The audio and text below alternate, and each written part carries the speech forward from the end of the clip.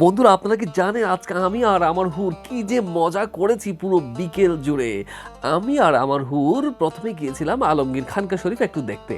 সেখানে নিচের তলায় একবারে সংস্কার কাজ চলছিল, যেহেতু রাস্তা পাশে অনেক ভরাট করেছে, বর্ষাকালে এখানে পানি জমে যায়, সেজন্য আলমগীর খানকা শরীফ অনেকটা উঁচু করেছে। এরপর আমি আর আমার হুর সোনামণি চলে এসেছি জামিয়ার মাঠে। আমার হুর জামিয়ার মাঠে গেলেই তো একেবারে দিশেহারা হয়ে যায়, একবার খুশিতে আপ্লুত হয়ে যায়।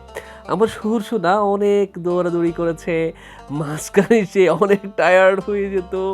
আমার শ্বশুরামণি টায়ার্ড হওয়ার পাশাপাশি একটু রেস্ট করেও নিত।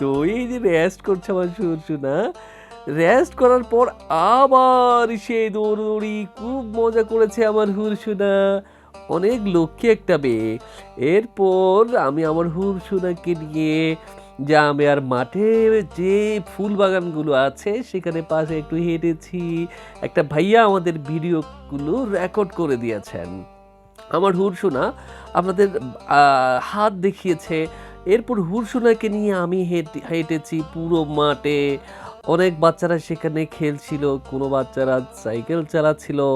পড়ন্ত বিকেল, জামিয়ার মাঠ একেবারে জান্নাত। নিশান জামিয়ার মাঠে জান্নাতি হাওয়া, এত মিষ্টি হাওয়া। পাশে ছোট্ট একটা বেবিকে দেখছিলাম, সেও মনে হয় সম্ভবত বোরকা পরে আমাদের পাশে দাঁড়িয়েছিল। আমার হুরসুনা জামিয়ার কুকুরগুলো দেখতে খুব পছন্দ করে। আজকে বেচারার হুরসুনা কুকুরগুলো দেখতে না পেয়ে এদিক সেদিক অনেক ছোটাছুটি করছে। আমাকে কখনো বলছে এই পাশে কুকুর আছে, কখনো ওই পাশে। আবার আমি কি করেছি, তাকে নিয়ে জামিয়ার মাঠে শুধু হেঁটেছি, ঘুরেছি। পুরো জামিয়ার মাঠ হুর অনেক খেলেছে। আমি ওকে নিয়ে অনেক মজা করেছি। আমার হুর শোনার জন্য আপনারা একটু দোয়া করবেন। আমার হুর শোনা প্রতিদিন নবীজিকে দাঁড়িয়ে কমপক্ষে 10-12 বার আমাকে দিয়ে সালাম দেয়।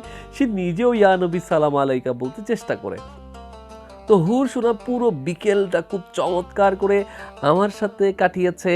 হুর শোনার জন্য সবাই দোয়া করবেন। আসসালামু আলাইকুম, আল্লাহ হাফিজ, ভালো থাকবেন।